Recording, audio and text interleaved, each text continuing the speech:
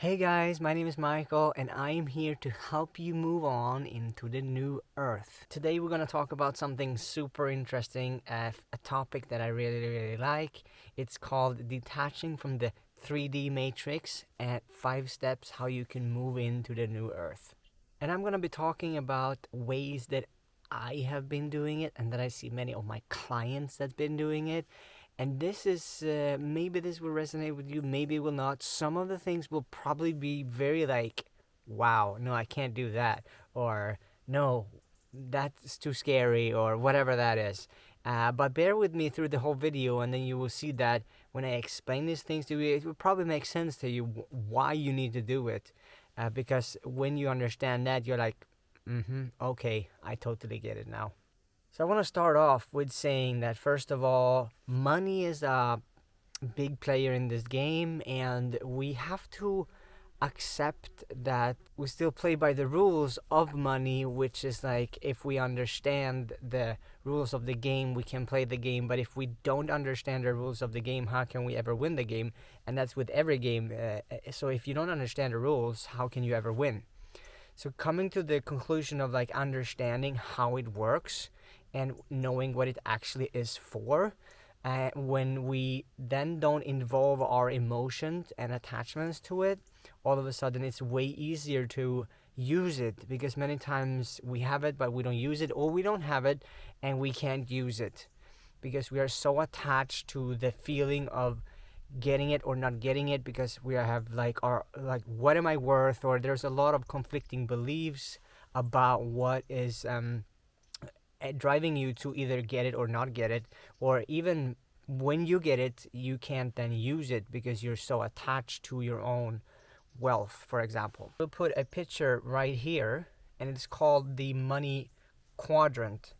And the money quadrant is a very interesting thing because it takes you through a journey of 4 cycles.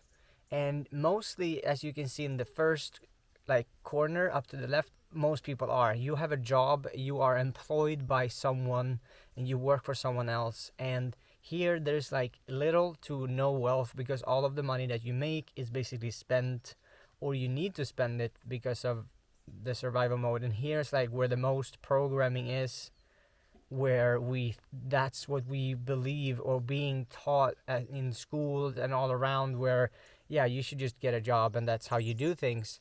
And that was my belief too in the beginning, where I was like, okay, I only knew that that was possible. I didn't know that you can have your own business or build your own system, or in the end become an investor, as you can see on the picture here.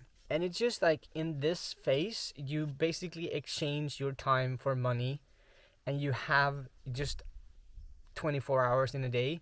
And in the end, that's the only thing that you can give. And often the wage that you exchange your time for money is limited. So there is not much of negotiation with it, or that you literally can't really move on when you're in that space. But it's still good to be there, because then you realize that, okay, now I maybe need to move on to the next step, which is basically where a lot of people are. They own their own job. They're self-employed, they have a small business, they do something for themselves. And here you can actually make some money. Here I've been there, and you can make decent kind of money, but still you're often limited to your time, which means that whatever you do, even if you sell something or you have a service, you are limited to the day of the hours basically. And if you sell a product, then you are limited to the amount of customers that you can get and how many things you can sell throughout the day. So still you're like limited. But I would say here, I started out here, and for me it really took me off because I was working a lot, and like as soon as I woke up, I was like on selling. In this case, I was phones, and I remember I bought cars, and I bought boats, and I bought jet skis, and I bought things, and I fixed them, and I sold them. And then throughout the day, I had my business, which I was self-employed in, and I sold the phones, and I repaired phones, and I did all of this stuff. And it made me some money. And in this case, as you can see in the self-employed here, that's basically step number 2. And you can do a lot of change here. And if you're like really energetic and you have a lot of energy to give, you can literally set yourself free. And here's where my journey of like setting myself free really started, because here I could accumulate a lot. I also had like a house which I lived for free in, and I rented out apartments, and I did a lot of stuff that was like, it really made me had zero cost basically, and that just put me on the plus side all the time. But what happened here was, it's easy to overwork yourself. So when you're in this space and you kind of like you sell your service and you found the product or service that really is needed in the market, and all of a sudden you get all of this client and you become better at what you do, and it's fun. It's a fun time. But then after, for me, 8 to 9 years, I really felt that I was overworked. I had been running too fast. I've been doing too much at the same time, which was, for me, I had fun, but my body said no, and I couldn't just sustain the kind of like energy that I've been putting out and the output, and I've been working really hard. And if I would kind of like relax, I felt that I didn't make as much, and all of a sudden I felt poorer than I used to be, and I was like, I was running too fast, and my body was saying, no, Michael, you need to stop basically. And I came to a halt, and all of a sudden I realized that being on this, like the self-employed, didn't work long term for me. I came to realize that, okay, now I done that, and now I need to step on to us, like go into like a system where you can see the third here. Basically, you build a system and you do something that's scalable. And when it's scalable, you have other people working for you. You still maybe sell a product or a service, but you have other people that does the work. Or what I had was, I had an online shop and I sold things and I scaled it up, and you can sell a lot of stuff to a lot of people, and basically you have systems for you that run ads, or someone that market for you. You have a company that sell it for you, for example, and all of a sudden you are no longer needed, and you are no longer the person that is really needed to do all the sales. Here I worked for a while, but then I kind of like got tired of it. I felt that was not, this is not really what I wanted to do. So I moved on to the last thing, and that's being an investor. You literally take your money and you make money work for you. So you invest your money in different things. It could be stock, crypto, projects, new companies, yeah, startups, or whatever you want to invest your money in, and you get a return of your money basically. And then you can go out and you can spend your time and do whatever you want, and you take the profit that you make from your investments, and you literally live your life that way. And here is where the really wealthy people live. Here, they understand that having the money work for you, because money is just a tool. And it's just like, I see money as a warrior. Like, you deploy your warrior. You take your warriors and you deploy them, and they go out and they work for you, and then they come back and they have conquered something, and you get more of it basically. And here I also understood that everything that we do in business is a war. So like, business is the new time of having a war. In the past, they literally went out and they fought each other and they shot each other and they did things. We don't do that anymore. But what we do is that we feed off of each other's businesses, which means that when you want to grow, you have to conquer another business. You have to use your money to conquer another business. You buy another company, and that's what other companies do. They buy up companies, and that's how they gain power. So instead of killing people, you basically buy them, and then so we're still in a war. We're still in this thing. And when I realized that, oh shit, we're in a war, and we're always gonna be in a war. In one way or the other, we're gonna be in a war. And as soon as I realized that it's okay, and like, if I don't know the rules of the game, as I said before, you can't win the game.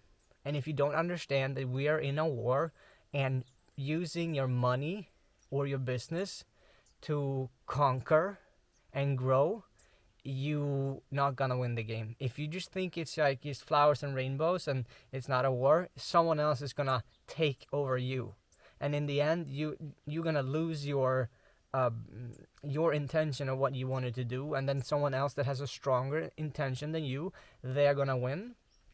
So, but when we understand this, we understand that's how it works, and then we can take decisions from that place.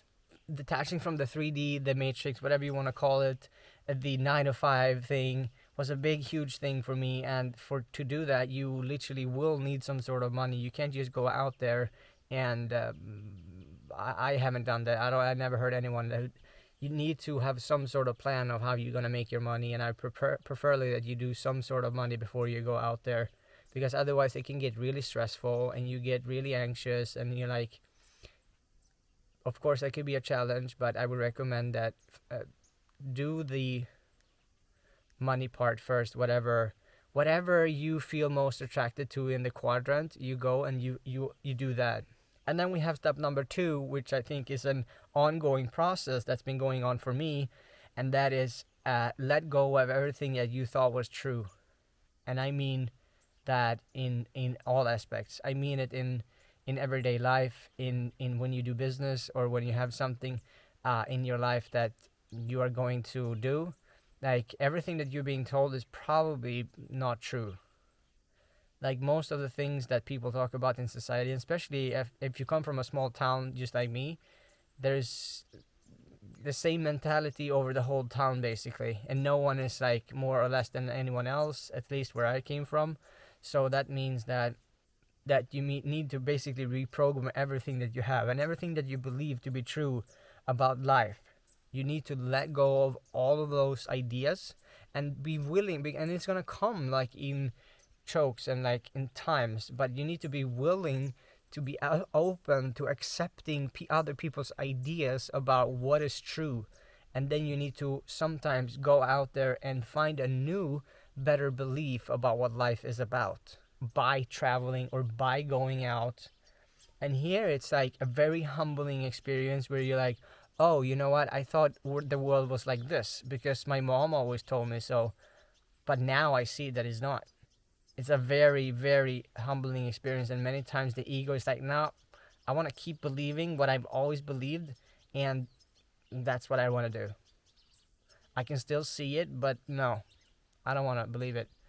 So like be very open to what comes into your life, and because that will set you free in the terms of like living your life from a place of true like freedom, and in here but also out here. And then you have number 3, which I think is a really interesting piece in this thing, and that's the moment when you decide to be your own boss or letting go of the 9 to 5. And there's a lot of like realization that lives around this, because there could be beliefs in our mind that says that, well, I had, for example, there's not enough money in my hometown for me to start a business. And I was just like, no, I heard so much negative things that the hometown I was living in didn't have enough people, like people wasn't buying, or like there's a lot of stuff that needs to be really be dealt with, which was not true at all. It was just pure a very bad belief that I picked up from someone else. But like really empower yourself in the way where you go out and you really tell yourself that I'm not gonna be working for someone else anymore. I'm gonna be working for myself and myself only, and that's the only way for me. I'm not going to comply to other people's rules. I'm gonna set my own rules if I want to do something. I'm gonna go out there. I'm gonna be my own boss, and I'm gonna make sure that I succeed. And that I only have a plan A, because a plan B would take me back to my own comfort zone, which is not where I succeed anything, actually. It's where I mostly fail and go back and I shrink myself. And the only way I'm going to succeed in this is to say to myself, I only have one way, and that's to take the island, or I'm going to win the game, or I'm going to succeed in my business. I'm going to make sure that I do whatever it takes to go there, because otherwise the mind will find excuses. It will lie and deceive yourself many times, and it will come up with things that is not even true. So here is very much empowerment, and here it's a place of like, I'm gonna go out there and I'm gonna explore the world, and the world is my home now. It's not confined by a country or a city or a place. I'm human and I belong to the earth, and the earth is my playground. And when I realize this, it makes me excited in a way. Maybe I don't know about you, but it makes me really excited, and I really feel that here is where all the potential lies. Maybe you need to start to speak English, for example. Maybe you need to go online on social media. Maybe you need to start up your company, or maybe you need to do something.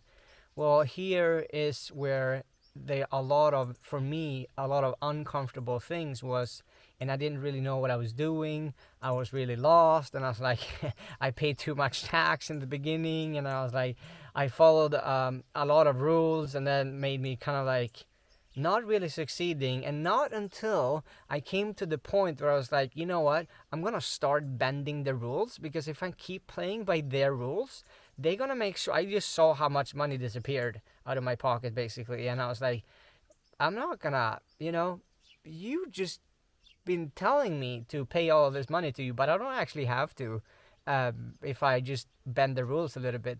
So here's where you need to find something that works for you, and make sure that you have your self interest in a good way for your, and like, if you can avoid paying um, 60% in taxes, and maybe you can only pay 30% or something like that, maybe by doing something different, I don't know what it is, maybe you need to find that way. For example, that's what I needed, because it was like 60% taxes. How can I do it? Well, I can change the form and type of my business. If I just change the type of my business, I don't pay 60% tax. I can pay 20% tax, for example. Or I can use the money that can stay in my company. I can use them. So there's a lot of ways that you have to be smart. Like, how can I make sure that I use the money, and that I use it in as good way as possible?